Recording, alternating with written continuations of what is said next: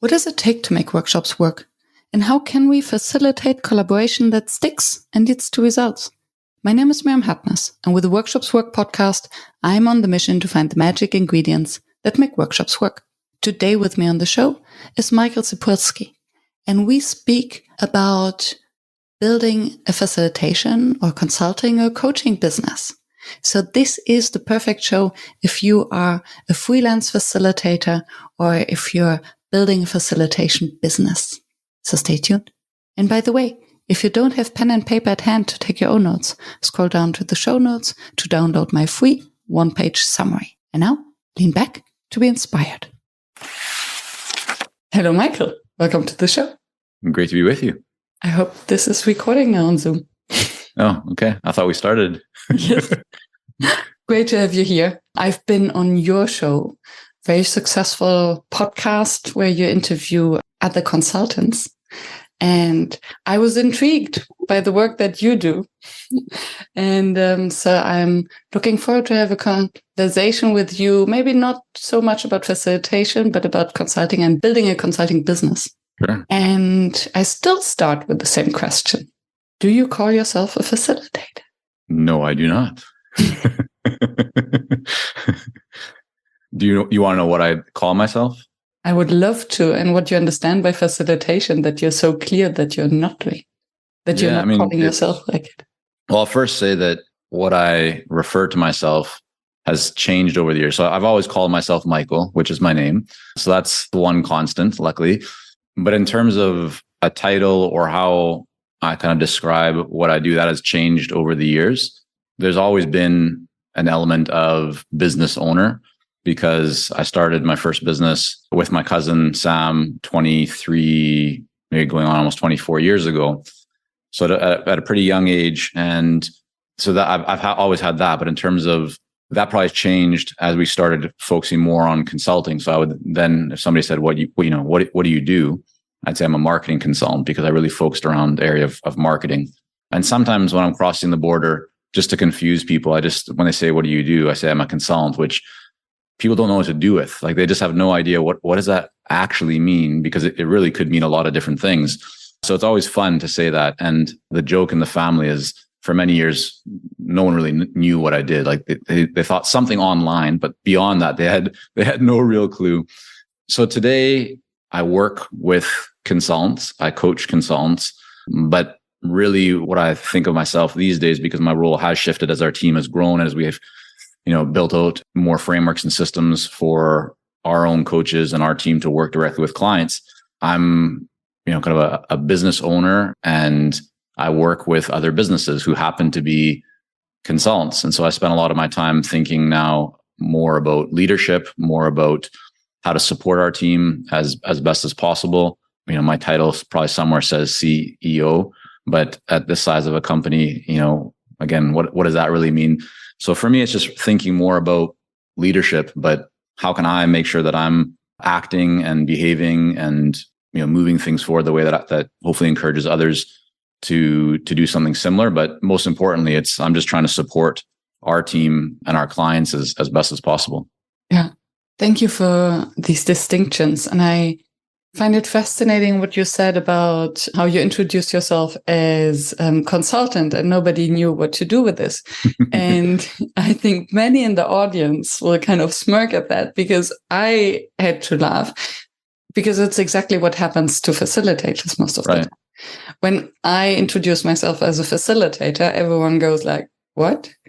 Or they're also facilitators and like, oh, that's wonderful, me too. And then most of the time it happens that they are facilitating something totally else. Mm-hmm. So hence the confusion is still there, or even bigger. Yeah. I think it just depends on how meaningful of a conversation you want to have with somebody. If you want to have a very meaningful conversation, you'll probably be more detailed in your response. But if you don't really want to have a meaningful conversation, you'll go very general just to get the point. And so that's the idea. It's like if I'm entering the US from Canada or going someplace, it's usually, in my case, that going into the US where they'll ask, like, what do you do? And I'll say I'm a consultant. And it's because, I don't want to have a conversation. Let's just, not with immigration. It's just kind of fun. But Yeah, I find, beyond that, I'll often say, we run a coaching and training company that helps entrepreneurial consultants, build more profitable and scalable and strategic consulting businesses. And so that's a message that will obviously resonate if somebody is more of an entrepreneurial consultant, somebody who's running their own consulting business who wants those things. That's going to be more meaningful because it's going to connect more with them. So there'll be a higher chance that they're going to take interest or it's going to get their attention. Whereas if you're just more broad, I find you're not going to create typically quite a meaningful conversation around. It doesn't mean that it'll always play out that way, but that's my observation. Yeah. And isn't it usually the problem with labels or titles? As you said, same line of thought, being a CEO of a team of 5 to 10, can you call yourself a CEO? So what does this title or label actually mean? And then, it means, I guess, what you want it to mean, or if it's important to you. Today we're, I guess, 16 or so people, but it's still a very small company in the scheme of things.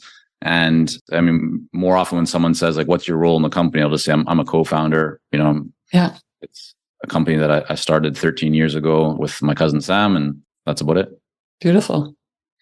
And since this is your actual domain, and I'm sure we have lots of freelance facilitators and consultants, coaches in the audience, because I guess, and we briefly talked about that on your podcast and before we hit the record button, although you consult mainly, or you coach, or you run a business, facilitation is still part of your business. And I would love, maybe you can share what kind of facilitation you do as part of your many hats and roles, and then dive deeper on what is actually the difference between a facilitator, a coach, and a freelancer, how to build a business, and then go more in the business side of things. Okay, that question feels like it had many questions inside of it. So I'll try and unpack them. First, so the way I view consulting, coaching, freelancing, and facilitation, to me, facilitation is the role of a facilitator is to kind of navigate and guide and help to cultivate a powerful, effective, helpful, valuable conversation among many, many people. And I see the role of a coach, in most cases, not always, is to do something very similar, but it's one-to-one. Mm-hmm. So facilitation is a conversation among, multiple participants. Coaching would be doing something kind of similar, right? To help to create an effective outcome or result, or to create value, or to help somebody see things that they aren't seeing right now, or to think things they're not thinking right now, but in a one-to-one scenario.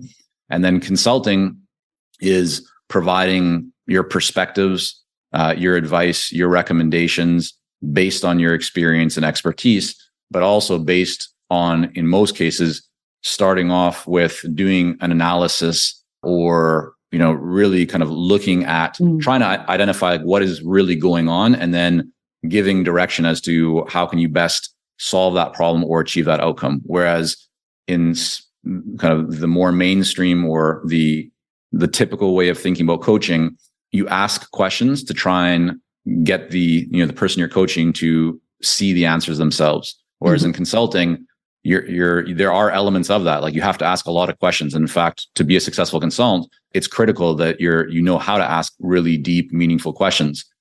But as a consultant, when you see the answers, or you believe that you've kind of identified what is the core issue here, so that you can make that improvement or solve that problem, you don't hesitate to tell the client what you see. And in fact, that's what the client is typically paying you for. It's to have those recommendations and to have that level of clarity, so they can figure out how to best take action on that, or move forward, or make a change. So that's how I see those things. And you use also one other word, which I didn't talk about, which is a freelance person or a freelancer. And to me, freelancing is interesting because it could potentially kind of touch each one of those three things. It's somebody, in my mind, that just works with many different clients. They don't have a typical 9-to-5 job.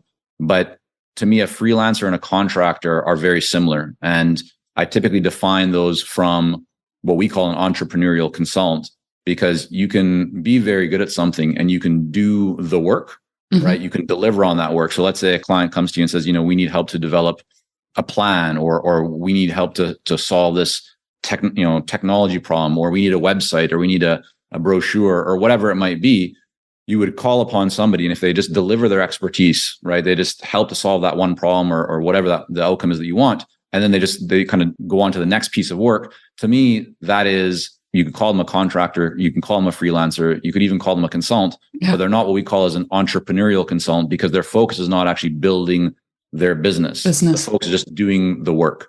And that's an area that we really make a distinction around. Is you can do that. There's nothing wrong with that. But if you actually want to build a business that is becoming more valuable, that can really, give you kind of long-term, more freedom, more flexibility, that grows financially as well.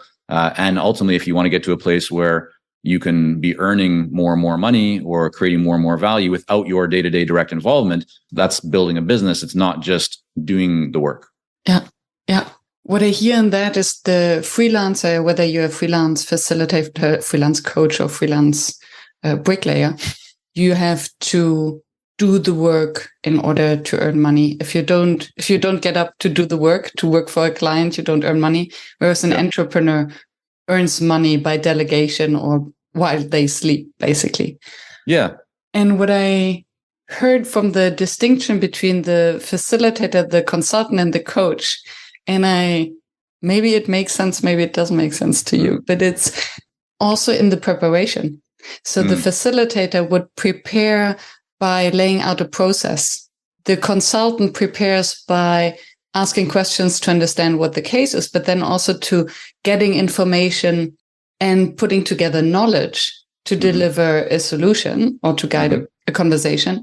And the coach basically doesn't really prepare, or has prepared for a lifetime, so that they can then be fully present, listen, and ask questions that would help their coaching. Yeah, I think that's a good observation. And I would add that the distinction with a freelancer and, let's say, that more entrepreneurial consultant, although you could apply this even, let's say, to the world of facilitation, which is, I know, Miriam, what you've done. You're not only a facilitator, you're building a facilitation, a business around facilitation. And so the distinction is, the freelancer or the contractor just essentially shows up, does the work, and then they go and they, just show up and do the work again and again. But if you're thinking as a business owner, or we call the entrepreneurial consultant, then you're not only thinking about delivering the work, you're also thinking about, how do I build systems to deliver this work more effectively and efficiently? And how do I build more systems in place to maybe create more leverage, or productize my offerings, or bring in team members? So you're actually thinking about the business and not just the delivery of the work. And I would love to dig deeper into that, because, so for me personally, I realized very quickly that this was actually what I was most interested in. So I started, as you said, as a freelance facilitator, facilitating workshops. And then very quickly, I started with the podcast. I realized that there's more to that. And the business building, there's a lot of fun and, building systems. Yeah. And hence, I would be curious, how did you start? And do you have to be a good freelancer to be a good entrepreneur in this domain? Do you have to be a good consultant in order to build a good consulting business? Okay, great question. So, there's two questions there, right? One is specifically about consulting. One is just in general. And then you also asked me about my own experience in the past. So no, I was not a freelance consultant or kind of freelance anything before starting our first business. So we started our first business when I was transitioning from high school into first year college. And what happened at that time was that my cousin Sam had really been studying deeply about kind of designing and developing websites. I had been reading a lot about marketing and communications, but I didn't have much practical, experience doing that. But we decided that we would create a company because we just saw an opportunity where there was a lot of different businesses, initially locally, that didn't have nice looking websites. So we saw that as the opportunity. So we started going out using kind of connections that we had and, getting in front of people. And Sam's role was really focusing on the design, the development. My focus was much more on the client communications, kind of the running of that small business, right? The marketing and that practical experience of running the business and working with, with different clients, not just one client and then find the next client. Like we were thinking about how can we work with multiple clients and projects at one time. So from a very early stage, the thinking that we had, was to run it as a business. Now, I don't think that was something special. I just think that's the way it was. Like looking back, I can't think of why that happened in the way that it did. The only thing that I can point to is that it likely came from all the books that I was reading and trying to educate myself, and then very quickly applying what, in my case, I was learning, and then seeing whether that worked or it didn't work. And if it didn't work, then I think about what do we need to adjust to get it to work. And if it worked, we would just do more of that. And then once we had that experience, right, it just kind of rolled into the next business and the next business and kind of went forward from there. In terms of the consultant, right, you have to be a great consultant to be a great consulting business owner. I cannot think of one person. I've been running a Consulting Success podcast now for a while, over 300 interviews. I can't think of one person that has or is running a successful consulting business that, if they're the founder, that did not first deliver consulting services themselves. And I think that for most businesses, that is important, because you need to understand the actual business and what's happening, and kind of have a feeling and a taste for the market and the challenges clients have, and know how to deliver. Now, my guess is that if we kind of zoom out and look at even larger organizations, larger consulting firms, you'll probably find some people that are in senior roles or executive roles that maybe didn't start off as a junior consultant and work their way up. But my experience and observation is that the majority did start, delivering the work, understanding it. And then with the types of consultants and, small firms that we work with, they're almost always founder led. And, they're coming into our world in some cases when they're getting started. Other cases, they have a small team and they're doing a few $1 million, dollars a year, and they're looking to get help to continue growing. Those people are almost always founder led, and they almost always started, if not always started, by actually doing the work, getting good at it. And then based on doing good work and, their network and referrals and marketing and whatever else they were using, that effectively kind of got them to that next stage. And now they wake up one day and go, yeah, I'm actually running a real business here. It's not just me delivering, my expertise anymore. Yeah. Thank you. Thank you for walking us through. And I wonder whether this refers back to what you mentioned of building the processes and the tools as you grow, because only if you really master the craft, then you actually have this more macro view to be able to find patterns. Okay, what is it that I do? What is it that I do well? How can I build these processes? And then eventually when you delegate work, you need to know what quality looks like and feels like in order to hire the right people and to delegate to the right people. Correct. Especially at the earlier stages. I mean, if you're not funded or if you don't have a lot of money when you start, right? Most people, their first hire is usually not for like a high level leadership position inside their company.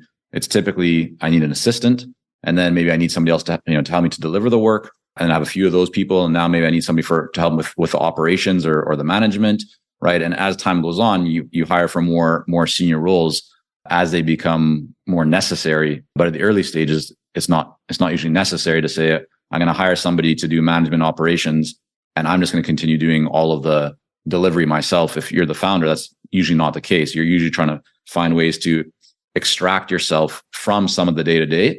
Now, doesn't mean you're removing yourself completely. I've interviewed several people who run consulting businesses that are doing tens of millions of dollars per year. And those founders are still, in many cases, involved in delivery, but it's a percentage of their work. Like it might be 20, 25%. Maximum that I've seen is up to a third. But the rest of the time, it's other things they're doing in terms of actually running the business and leadership and, things of that nature. Which makes a lot of sense, especially in these kind of roles or jobs where you're a consultant, a facilitator, a coach, where very often we're also very passionate about what we do. So we're moving ourselves from that. Completely. And I wonder, when do you know that you're ready to actually get from being a freelancer, just basically doing the work, closing everything, and then you're done. Once you're back at home, you're done. There are no more headaches. When are you ready to take the step and make the first hire? So it's a great question. And I'll start by saying that you don't need to take the step. Not everyone needs to. Not everyone should. Some people are going to be much better suited, and those should be happier kind of being the artist, if you will, and they don't have necessarily, big financial goals, or there's no desire to create something more. And that's totally fine. Right. So there's, a lot of artisans out there, a lot of very creative people who are just happy to do the work, whatever that work might be. I think, but to answer your question, when do you take that step? It's when you wake up and you realize that you're ready to make a bigger impact. And a bigger impact can take many forms. So, that might be that you want to create more financial freedom for yourself. It might mean that you want to create more time freedom for yourself. It might be that you want to help more people. And that's probably one of the biggest ones. Like you mentioned a minute ago, Miriam, that you get into this line of work because you want to help, right? You want to provide value, you want to serve people. That's what we see with consultants all the time. Like most consultants don't say, I'm going to start a consulting business just because I want to make a lot of money and go public and have hundreds of people. That's not what most people think. Most people think, I've been working for many years. I have expertise. I have experience. I'm tired of having a boss, or I'm tired of feeling like I'm being held back, or having somebody always checking, like looking over my shoulders, or having to work with people that I don't enjoy, working with, either colleagues or potential clients. And so they want to be their own boss. They want to realize their full potential. They want to have unlimited income earning potential. Like these are all the factors. And so if you kind of go back into that core, right, there's some things that are for you, but there's also a big part of just wanting to help more people. And so we've had many clients that have come into our world, one of our programs at Consulting Success. And then they're thinking initially, I'm leaving the corporate world, I'm leaving a senior role, and I'm tired of managing a bunch of people. I just want to do this myself and be nimble. And they're not interested in getting much bigger. But what very often happens is that as they start to establish some of the foundations and systems, and like they're now more in demand and they're becoming more successful, and they not only replace their previous income, but they're, far kind of, they've exceeded it. They now become a little bit more comfortable because they feel that there is a bit of stability. They've proven to themselves that they can do it. And what then happens for most people is they go, okay, well, how can I do more? Right. And again, more of all those things. How can I create more freedom for myself? How can I make more money for myself and my family and those that I care about? But how can I also serve a lot more people? So if you have this expertise, if you have now validated that there is a demand for it, the question becomes, how can you actually help more people and make a bigger impact? And if it's just you as one person, there's really a limit in unless you've productized, but that also means you're thinking about the business. But if you're just working one-on-one, custom kind of solution, right, there's going to be a limit to how many people you can actually make an impact on. And so when you get to that point, when you start thinking, we want to work with more people, or we want to help more people, or we want to fill in the blank, then that's where the strategy comes in. That's where the systems come in, the processes, the delegation, right? Because through all that, you're buying back your time, you're making more money, you're helping more people. So you need to have that desire, because it's not necessarily always easy. It takes work to create those things. But I've never really met many people who have said, like, I wish I didn't go through those steps. Most people go like, I'm so much happier now because I have a business and it can run without me to a degree, or there's a lot more value, or I have more freedom, or I'm creating an asset, or we're helping more people. So those are some of the benefits that I think people really desire. And that's what gets them to take that step. Yeah. What just crossed my mind is that you're stepping up. So you're starting to build systems and processes. And I just realized that now with all the AI opportunities that became so accessible, it's even easier, I think, to build in these systems and automations, to design processes to make our own work easier before even thinking of hiring a virtual assistant or someone into the team. Because I remember I hired my first team member even before I could afford her, because I realized that if I continue to do the work in the way that I'm doing it, I just don't have the mental, emotional, physical capacity to onboard or to find any new client to show up as my best self. So I do need to delegate stuff that doesn't make me happy, that I'm not good at, in order to grow. And it worked out luckily quite well. But do you think, is this the normal way that maybe you should hire someone before you can even afford? Do you need to take this risk in order to grow when you hit the ceiling? Or what is the magic to growing? Yeah. I mean, I wouldn't say that there's magic. I think most people that I've asked this kind of question to, they'll tell you that they needed to bring somebody on, in some cases, even a little bit before they actually were able to, but they knew that it was there. And there's a few things that happen, right? When you bring somebody on, again, whether they are freelance or contract or part-time or full-time, like this is also a thing when you talk about a risk. I don't think hiring is actually as risky as people think it is. Usually people that say that hiring is risky are the people that haven't really done a lot of hiring. And so they feel that it's risky because it's not comfortable for them. They're not used to it. But when you've gone through the process of hiring, you realize there's a lot of ways to go about hiring that aren't that risky, right? You can start off just hiring a freelancer or a contractor. You can get somebody part-time.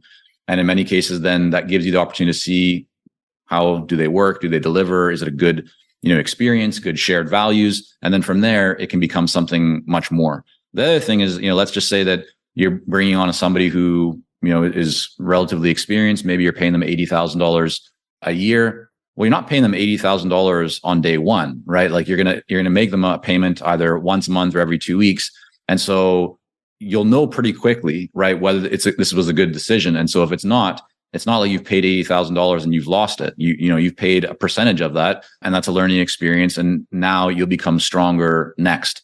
But yeah, so that's part of it. The other part of it too, Miriam, is that when you make an investment into hiring somebody in whatever form that is, it changes.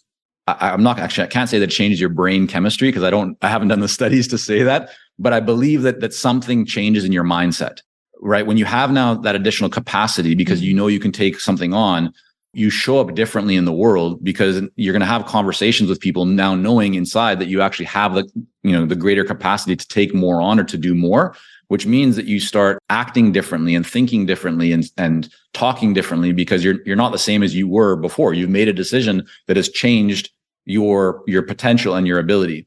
And I believe this is true in many aspects of business and in life, that it's like when you surround yourself with people that are showing up bigger than you, right? So take a very simple example, and you and I know like life is not just about money, but let's just use the money example because it's an easy one for people to understand. If you're right now generating $1 million a year and you sit in a room with people that are, let's say 5 or 10 other people that are all generating $8 or $10 million a year, you're going to learn some things. Like you're going to start to see bigger opportunities that you probably haven't seen before, because today you as that person earning $1 million a year, the mindset that you have is the mindset of the person that makes $1 million a year. It's to make $10 million a year, as an example, that's a different mindset. So you probably don't even know certain things, or you've never thought that way. And so you're just going to you're going to get new ideas. You're going to be pushed to new levels. And again, this applies way beyond just money. This applies to, athletics or like health or spirituality or any area of life. It's like when you surround yourself with people or you take actions that are different from what you've done before, or you're around people that help you to see those things, that you're just going to become a different person, and that changes who, your business and you. Beautiful example. Thank you. And yeah, because I see two things in their why it works. One is the pure law of attraction. So starting with what you said earlier, once you hire someone, you have this new mindset. Sure. That also applies, I think, once you decide to start working with an expensive coach. Mm-hmm. The business coach, suddenly you invest the money because you believe that you have the capacity to earn that back, because it's an investment. It's not an expense. Yep. And I think with any stuff that you hire, it's similar. So then you have the law, or applying the law of attraction, that now you see opportunities and you will attract them because you have more capacity, what's possible, and then it will come your way.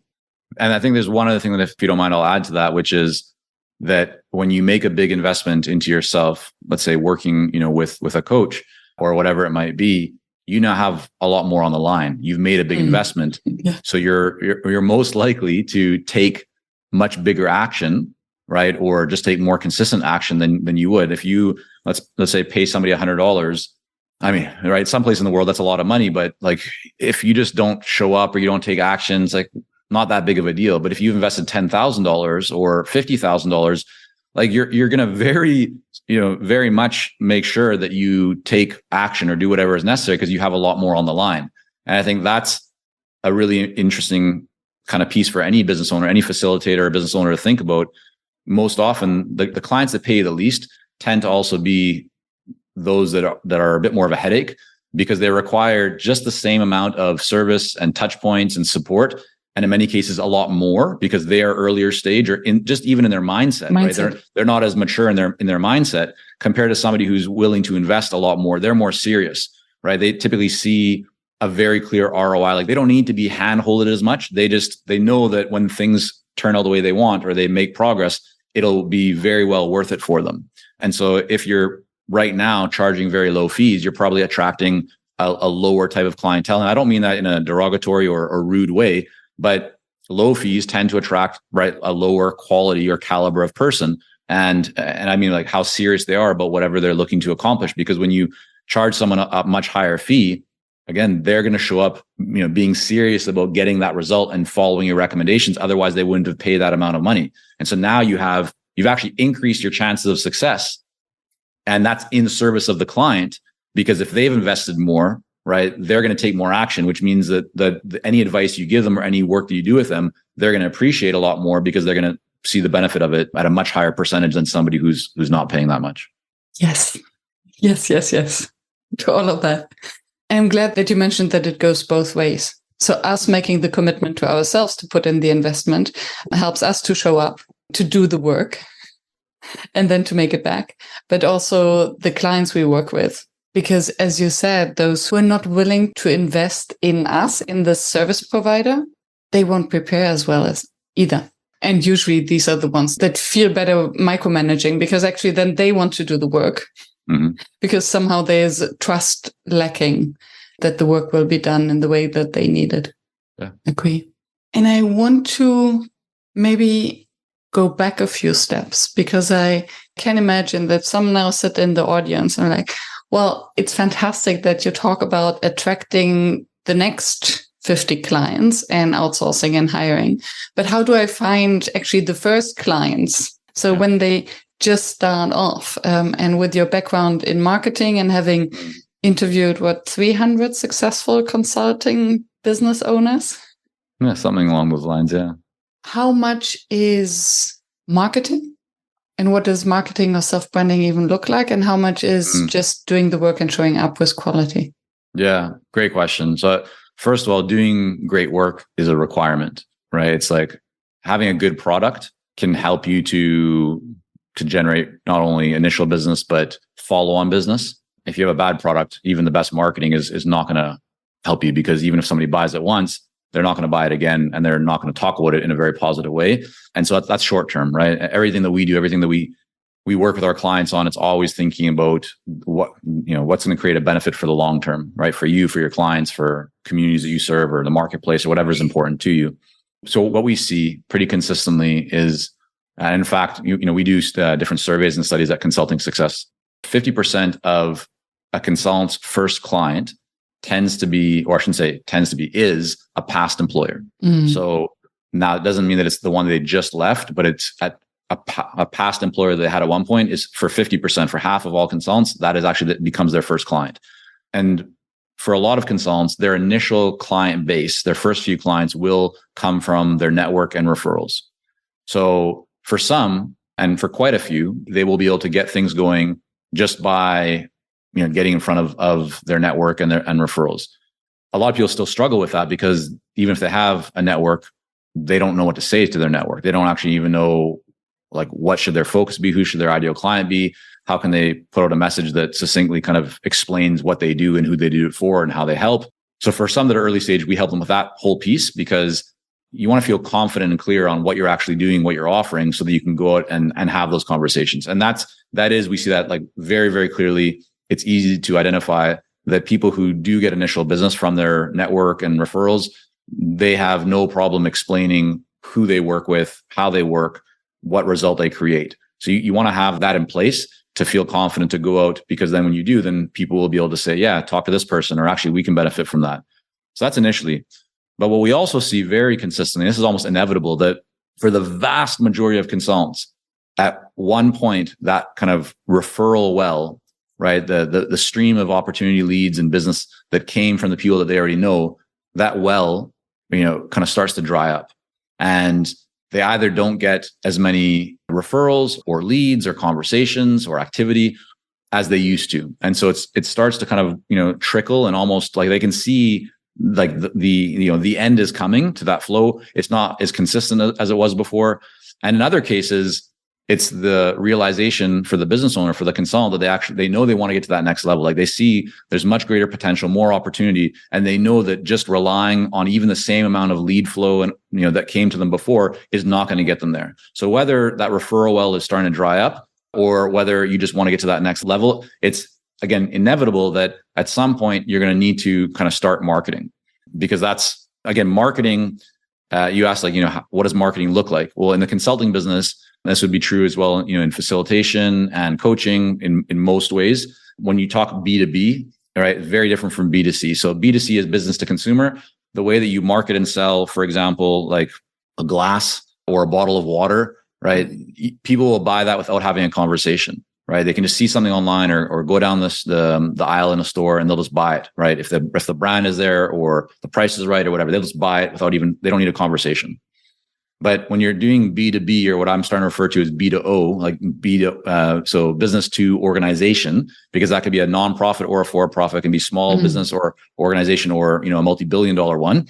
You always need a conversation. People don't just like click a button, buy, and have you show up to facilitate.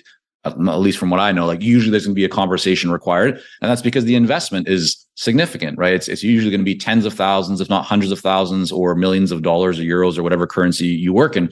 So it's a significant investment. There's more risk involved. And so it requires a conversation. So in our world at Consulting Success, when working with clients, marketing is all about providing value, right? Marketing is all about building relationships. And so the way that you show up is very different. And when you think about marketing in the more B2C kind of approach and sales approach, people tend not to feel comfortable around marketing because they feel it has to be very promotional, very one-sided. They feel that marketing is something that you do to somebody, whereas in our world, marketing is something that you do for somebody. You do it to help them. You do it to serve them. You do it to provide value for them. You show up in a more personal way, as opposed to just sending tons of automated messages or the same message to every single person, right? You're really thinking more about how can you provide value to people? How can you show up right in that way? And so, yeah, marketing really becomes much more about the value and the relationship. And would that then be what we often refer to as content marketing, so providing content and showing up as a thought leader? Or does it mean, for instance, doing free work or inviting to a webinar or offering a free, and I think even for a consultant, it can be offering a free workshop? Yeah. So, first, let's look at the word thought leader, right? Which a lot of people use these days and have for several years, right? So thought and leader. Well, everyone has thoughts, right? Not everyone necessarily can be a leader or is willing to be a leader. So the idea of thought leadership is that you have thoughts and you make sure that you put them out into the world. I think the distinction of what makes somebody a successful thought leader or somebody that struggles with that idea of thought leadership is whether your ideas and the content and your intellectual property essentially is what you are sharing. Is it actually unique and valuable? Right? Nobody really cares about just more general information. And if they've seen that information before, if there's nothing new in what you're putting out, it's not valuable. And so that to me means that you have thoughts, but you're not being a leader. So to be a thought leader, you need to have new insights, bring in some data, or you're sharing stories, or you have a new perspective. You have to essentially think of ways to give an advantage to the buyer, right? To the marketplace, so that they are actually welcoming what you are sharing with them. And to your question, Miriam, I mean, is that content marketing? Is it webinars? Is it free work? In my mind, and what I've seen over the last decade plus, or I guess two decades of consulting, but a decade plus now, 13 years of actually working with consultants specifically, is that the most effective way to sell consulting services is actually through content. And what I mean by that is that content and what we call specialized content, so this idea of not just general ideas, but content that is created specifically with your ideal client in mind, is the most impactful way, most effective way to demonstrate value. And so you get to sell without selling. So if we know each other, right, you might just be comfortable to buy from me. If you get a referral, somebody says, Michael's amazing, you might feel comfortable. Again, there's a transfer of value through that endorsement or through that connection. And if we have a conversation, right? Then if I'm asking you really deep, meaningful questions, I'm hopefully transferring some value. You feel confident and comfortable there. But the vast majority of outside of that, in terms of when you're reaching out to new people, those three things haven't happened. So how do you transfer value, right? If you haven't actually talked to somebody, well, the way that you do that is through your content. But your content needs to be unique. It needs to be specialized. It needs to be valuable.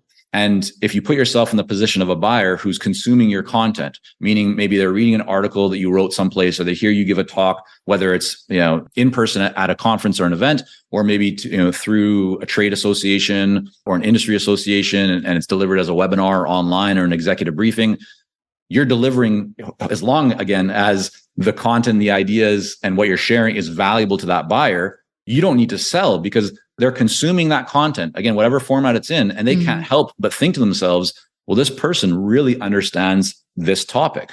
They've solved those kind of problems before. Like, I can see myself in that, or we're about to start an initiative or project in that area. Like, I should probably talk to this person, or, so this is the kind of stuff that, and why specialized content and why this idea of thought leadership, when executed effectively, is so powerful, because you're selling without actually having to sell. You're simply demonstrating value. And so now it becomes very easy for a buyer to just go, yeah, I should probably talk to that person. It becomes a pull mechanism. And now I want to circle back to what you said in the very beginning. So when you start working with a client, the first thing you do is to make sure that they know how to communicate and how to reach out to their network. So unless you have this, let's call it elevator pitch, for no better word, this 90 seconds, whatever explanation of what you do, then you cannot even create this valuable content because you don't know who your target audience is. Correct. And I think I just want to emphasize the importance of that, because many, I think, in this freelance world, whether they're coaches, facilitators, or consultants, they forget, again, what you said before, that there is usually a certain word that comes before consultant, facilitator, coach. What kind of those are you? And if you don't know that, and if you don't know who your target client is, or you don't want to specialize, niche down because you're afraid to lose all these potential clients, you actually lose the entire market because nobody knows where to place you. Yeah. I mean, so the process that we take our clients through, this might be helpful just to illustrate for everybody. The first thing we always do is we look at what's called ideal client clarity. And that's really about identifying who is your dream client, right? You're creating a business. You have now the opportunity to work with whoever you want, right? We have a set of criteria that we go through to help them to kind of get very clear on this whole exercise. But the goal of that is for them to feel confident that they're focusing on the right type of ideal client, which might be an industry or a type of buyer. So kind of they go through that. Now, once you have that, now you can develop a message. We call it the magnetic message. So this is the message that gets the attention and interest of your ideal clients. When people often, Miriam, they'll say like, yeah, my marketing isn't working. I'm trying all this different stuff and I'm just not getting results. Almost always we can trace that back to that they aren't clear on who their ideal client is and they don't have a magnetic message. So you can, you can yell from the rooftops and get in front of all these people who are potentially ideal clients. But if you don't have a message that's going to get their attention, it's like you think about how many ads and messages you and I see, everybody sees every single day. Like there's thousands, if not tens of thousands of these messages every single day that we're seeing on all these different platforms. The vast majority of them, if I ask you, at the end of the day, which ads today like really got your attention, you probably have absolutely no idea because we're all just seeing so much. And most of what we see doesn't resonate with us because it's not speaking directly to us. But if you think about the example of, let's say you have really bad neck or back pain, and if all of a sudden somebody shows up and they put an ad in front of you, it's on television, or, you get an email and it's for like, go to this website and you can learn 5 different stretches that will instantly relieve, or in 30 seconds will relieve your neck and back pain. Like you're probably going to explore that because it's so relevant to you. And that's what most people tend to miss, is that their messaging is not speaking to anybody directly. And you're competing with more people vying for the attention, right, of your ideal client more than ever before. And it's only going to continue to increase.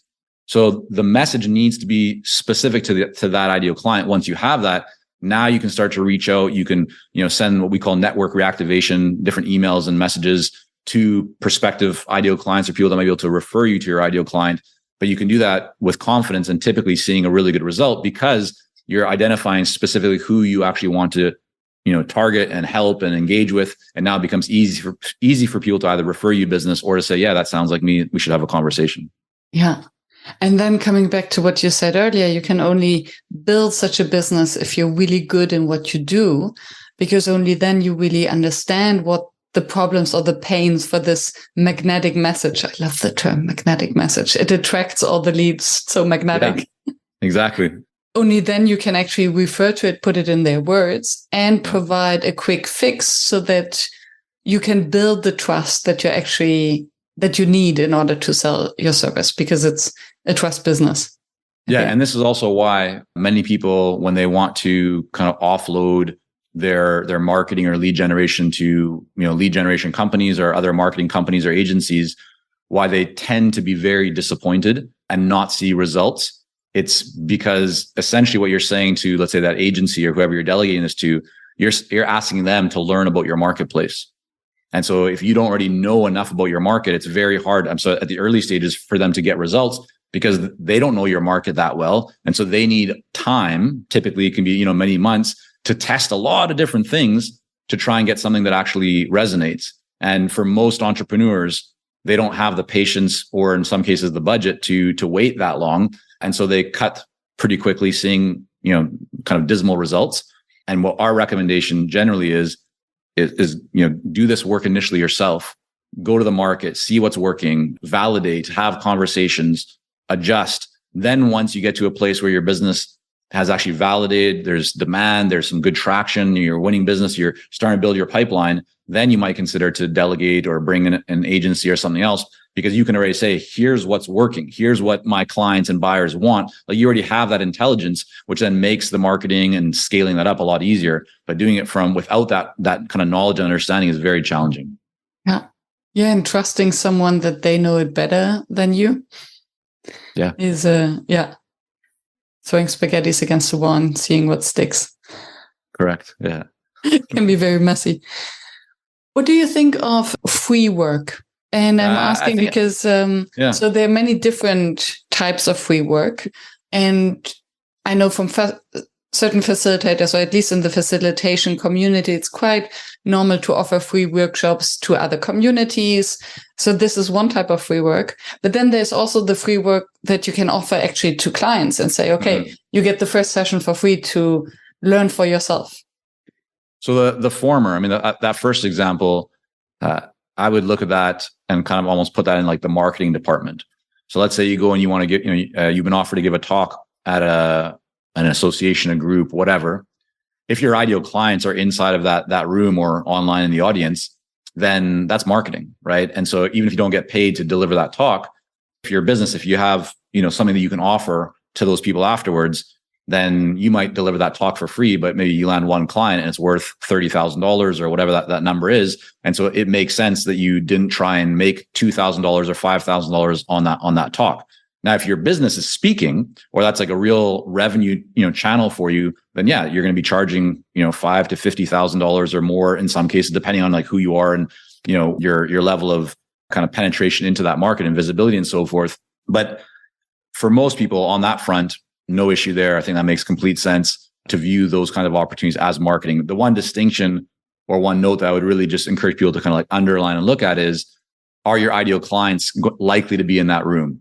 Because if they're not, then that may not be the best use of your time. I mean, yes, sometimes luck, serendipity, somebody's in that room and it turns into something. Like, I'm a big believer of just taking action, and you never know what's going to happen unless you actually take action and meet more people. So I think that's positive, especially in the early stages of your business. But I've seen a lot of people donate their time to being on boards or teaching at schools or giving talks, but they're not really intentional with that. And so they end up giving a lot of that away and nothing really ends up coming back to them because it's not focused. So if you can make sure that your ideal clients are there, or there's a high likelihood, I think those are fine opportunities, especially in the early stages, to explore. The other example that you mentioned, or kind of case, is doing free work for clients. And I think that's completely fine at the very early stages. So if you're just getting going and maybe you don't have a good case study, or you don't have a good testimonial, or you've been working in A industry, but you really want to be in B industry. And so you do a bit of free work in B industry just to get that testimonial, to get that case study, to demonstrate your knowledge and expertise and skills, that's fine. My overall thought though is that should typically be a smaller scale project.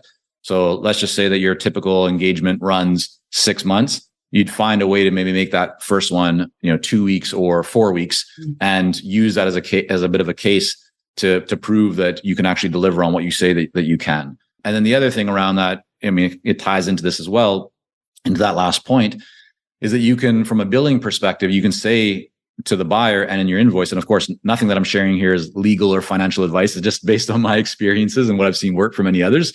But in your kind of invoice or agreement, you would treat it as if you were actually winning that business, and you would state that this is, as an example, $15,000 in value, but you are writing it off like you're covering that to show them that you can deliver. And so the client still views it as, oh, they've got an invoice for $15,000, but you've put a note in there that you are essentially covering that cost. So now they still value that as 15,000. You're not just saying that you're just doing it for free. So I like that. And I like that more than saying this is $15,000, but since I'm new, I'll just do it for $5,000.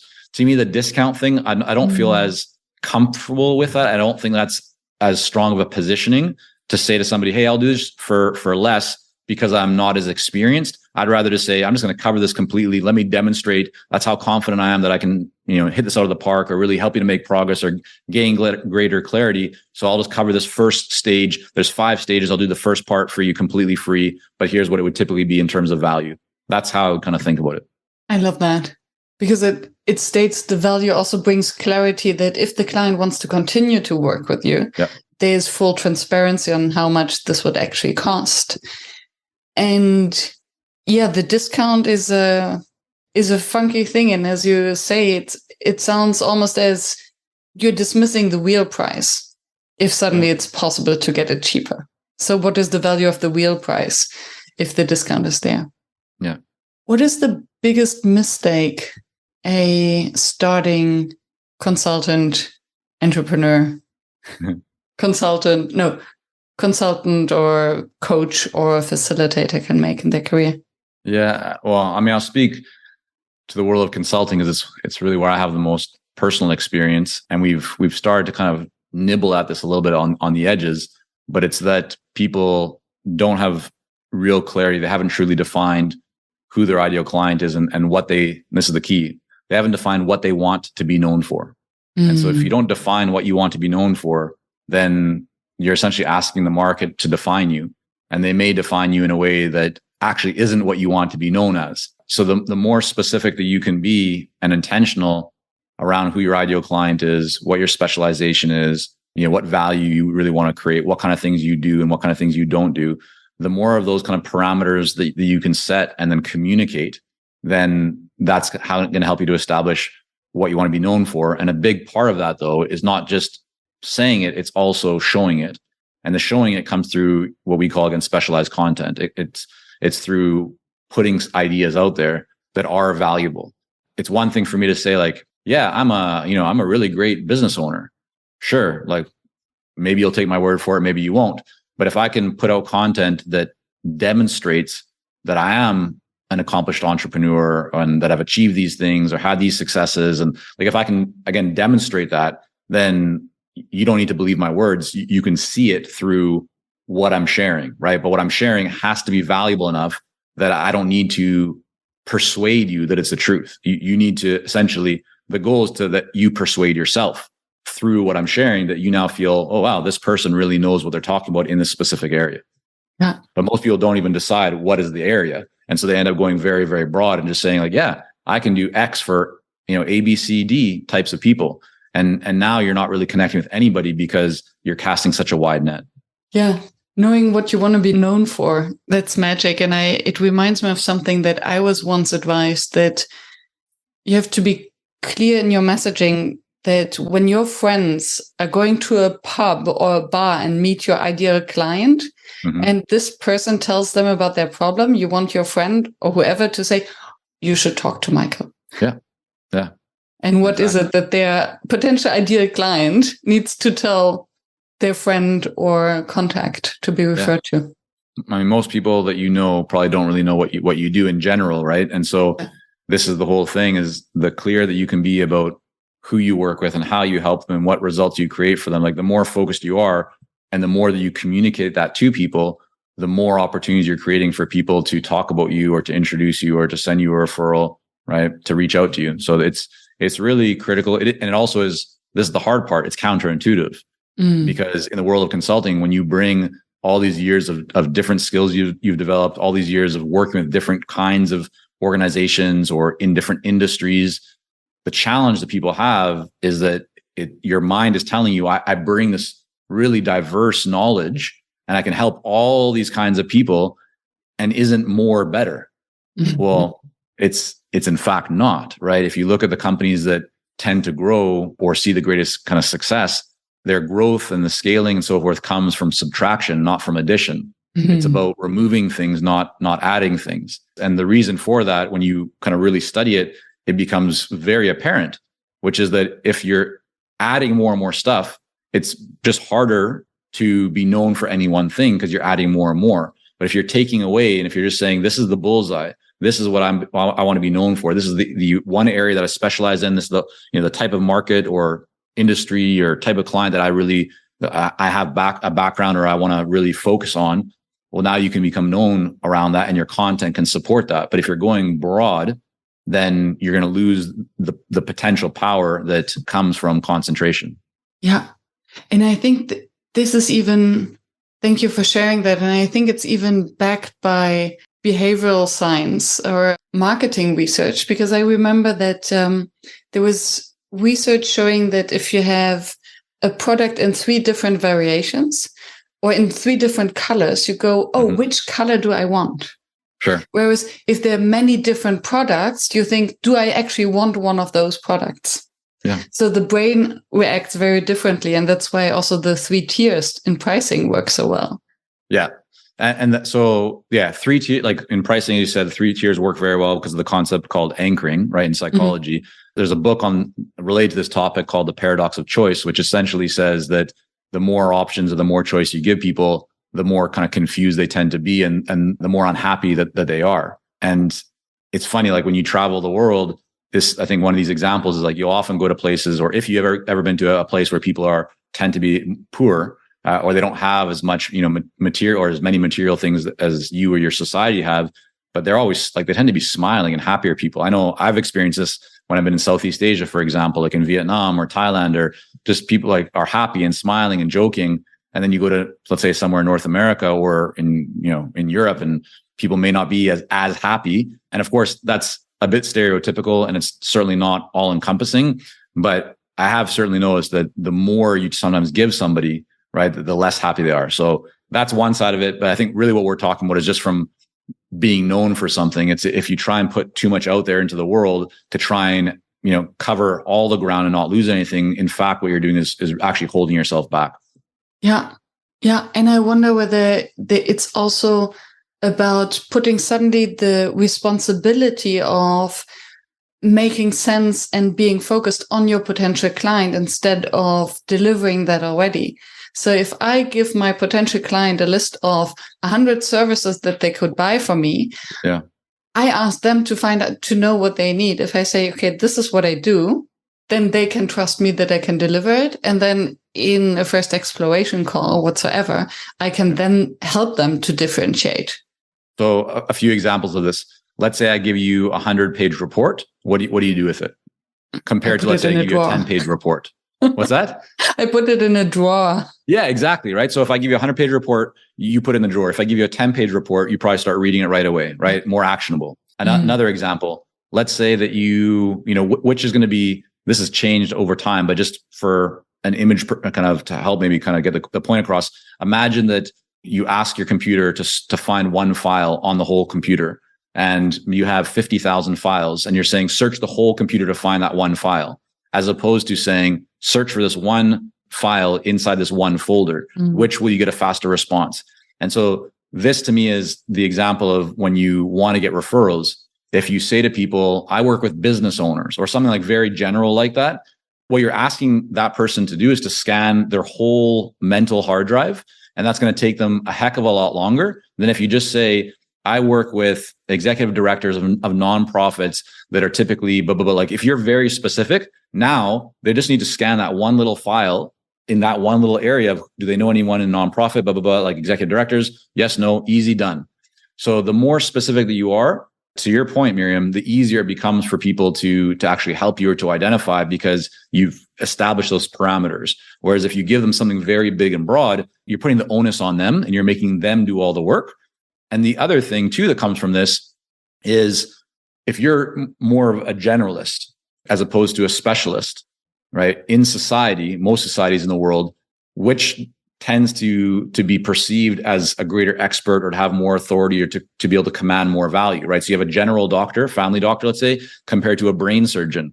Well, of course, a brain surgeon, right? Most people think must be quote unquote smarter, not always necessarily the case, but their work is more quote unquote valuable, right? It's people pay more money for it. Why? Because there's more specialization, as opposed to just saying, yeah, it's a general, accountant compared to an international tax accountant, something like that. Yeah, great examples. And I think it refers also to what we call the scarcity or the abundance mindset. So with the scarcity mindset, there are not enough clients. Right. I need to serve them all and to be general. Whereas the abundance mindset, yes, there is enough. So I can specialize and target a small group and niche down. Yeah, 100%. So we've seen this in a lot of studies that we've done. If you look at most consultants, and again, I'll define this with the parameters of, from a solo independent consultant to, let's say, a consultant that maybe has 10, 15, employees, give or take. Most of those ranges of kind of smaller consulting firm, they work with between 6 and 20 clients per year. And that allows them to hit their income goals. So you don't need hundreds or thousands of clients. Yet the mindset that most people have is that they think like, oh no, I need to get in front of as many as I possibly can. I need as many opportunities, right? I want to cast a wide net. But if you actually look at it, first of all, there's way more business and prospective clients out there than any one company can handle. And there's certainly way more opportunities than you as a small company can handle. So, right, like when you're clear on that, it becomes, you go, oh, okay, I guess if I actually think about it, if I focus on a specific type of ideal client, not like I can resonate more with them. I can create more content. Like I can be there for them, right? I can really establish myself and be known for that. And there's way more opportunities in just that one market than even I can handle. It just almost becomes foolish to try and cast a bigger, wider net early on in your business. Yeah. And it's so much easier to then build relationships, build trust, have focused conversations to then learn even more about that niche and build, maybe something like thought leadership. Yeah. What remains your biggest challenge as a business owner or as a consultant? It's a great question. I think there's not one thing that comes to mind for me. I think it's not challenge singular, it's challenges plural, right? There's just always so much to learn. I think for me, that's actually why I like business, why I enjoy, being an entrepreneur and being a business owner, is that there's always room to improve, right? There's always something that, like, even when we kind of get from one level to that next level, we're already thinking about, well, what does that next level look like? And that's something that we have to always, or that I personally try and balance, because my goal is not just to make more money, or it's not just like the game of doing that. It's I want to continue to craft and create something that provides value to everybody involved, to our clients, to our team, to myself, to my family, with a very clear focus on lifestyle and enjoying the moment and living, we just, like, none of us ever know how long we have. And so let's make sure that we're living in the moment as much as we can and appreciate it. So that for me is always a big focus. But from a challenges perspective, I mean, there's like just so many of them, right? Every area of business is always challenges, because I think if you can't see a challenge, it means that you can't see an opportunity, right? In every area, there has to be a challenge, because there has to be a way to improve, unless you're not looking to improve. Mm-hmm. So that might be a bit far out there. Like, that's maybe one of those the kind of comments that you have to kind of sit with for a little bit. I think I probably need to sit with it too. But as I'm speaking right now, like, and you asked that question, and this is not something that this wasn't like a question that you kind of sent beforehand, or this didn't come to mind for me beforehand. So as I talk about it now, I think that if you, in any area of business or in life, if you can't see an opportunity to improve, then it's probably not an area that's very important to you. Like if I think about my relationship with my wife, right, or my kids, there's always room for improvement. Like I know I can be a better husband, I can be a better father. If I just said like, no, I'm great, I'm perfect, there's nothing for me to get better at, it's probably not very important for me to think about those things. So to me, a challenge is the exact same thing as an opportunity. It's like when people use the word mistake, I've made a heck of a lot of what people call mistakes, but in my mind, a mistake is not a bad thing. It's just a learning experience. Every mistake that or learning experience that I encounter just makes me stronger. It's like when a team member does something that I don't like, or I think like, why'd you do that? That was kind of dumb, or like that, that didn't work out well.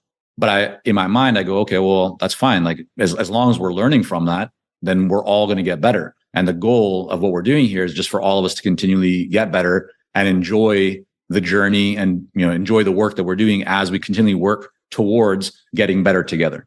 Yeah. Yeah. So the challenge is a mindset challenge, and to continuously be in that place.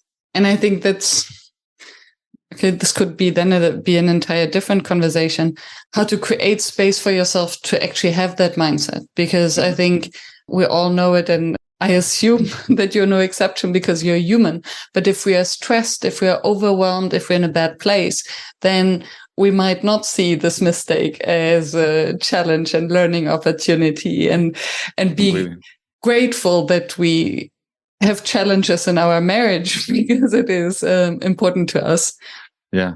Yeah. So I think what I hear and what you say, what resonates very deeply for me is the challenge to have this balance, overall balance, to be prepared for all these challenges. Because as you say, the good business, every day I wake up, there's something else that I haven't done before and that is somehow challenging. Sure. And you could wake up and feel very stressed by that, thinking, well, I'm so behind, look at all these things I haven't accomplished, or I see all these people around me on social media who are so much quote unquote more successful. Like somebody could have that mindset and that could really stress them out. Or you can be the opposite and go, okay, I've accomplished some good stuff over the last week or months or year. Like, look at where I am today compared to back then. Look at how much more I still have to grow and that to experience and learn. It's the exact same reality, but it depends on what you focus on. To me, like you mentioned this word mindset a few times. And I think as you were speaking right now, and it's probably been subconscious for me. I mean, I wrote a book about mindset called The Elite Consulting Mind. Like it's all about the mindset for consultants specifically, but it applies to just business in general with a bunch of stories from clients and experiences and all that. But I really think, Miriam, that all of life is its mindset. Just the more that you learn about yourself, the more time you kind of spend thinking about your thoughts and how you process them and what makes you angry and what makes you happy and what causes fear and like just all these things. The more that you spend time on that and become kind of comfortable with it and learn from it, then, life just becomes what you want it to be.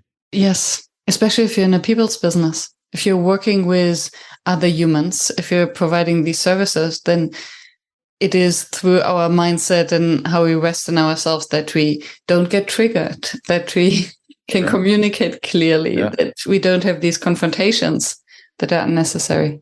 I have 2 more questions before we close. Sure.